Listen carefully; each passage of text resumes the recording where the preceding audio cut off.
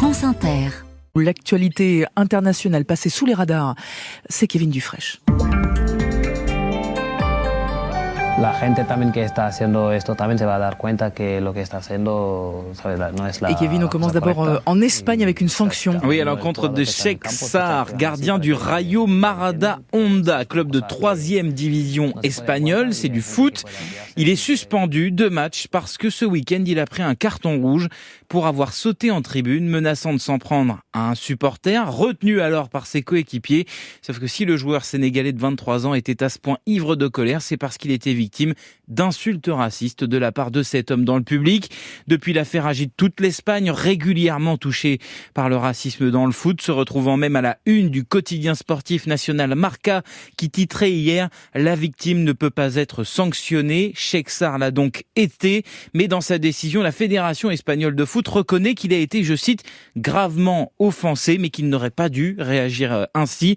Une bonne nouvelle quand même, son équipe qui a refusé de terminer le match après l'incident a remporté la rencontre sur tapis vert. Nous sommes maintenant en Géorgie où une loi très controversée fait son retour. La loi sur la transparence de l'influence étrangère dans le pays. Voilà ce que présente le nouveau Premier ministre issu du parti Rêve géorgien. Critiqué pour ses positions ambiguës vis-à-vis de la Russie, c'est quasiment le même texte que celui qui a fait descendre des milliers de personnes dans la rue il y a un an, obligeant alors le gouvernement à reculer. Pourquoi cette loi est-elle si décriée ? Eh bien parce qu'elle ressemble en fait à la législation russe sur les fameux agents de l'étranger utilisés par le Kremlin pour faire taire tous ses opposants, pour attaquer les médias aussi. Le gouvernement géorgien demande à ce que toute organisation recevant plus de 20% de financement de l'étranger s'enregistre en tant qu'agent de l'étranger. Les partis de l'opposition appellent d'ores et déjà à de nouvelles manifestations contre cette tentative de russifier la Géorgie, disent-ils. La destinée européenne de la Géorgie ne peut être stoppée, estime quant à elle Salomé Zourabichvili, la présidente géorgienne, fervente défenseuse de l'adhésion de son pays à l'Union européenne.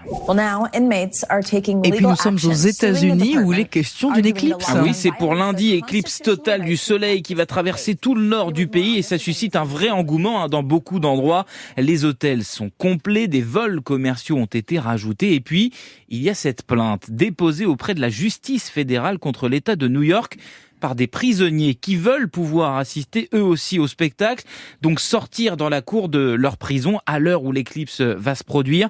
Hors de question, dit l'administration pénitentiaire, pour des raisons évidemment de sécurité. C'est impossible, toute sortie de cellule sera interdite entre 14h et 17h lundi. Sauf que les 6 détenus qui portent plainte estiment que cette interdiction est une violation de leur liberté religieuse garantie par la Constitution.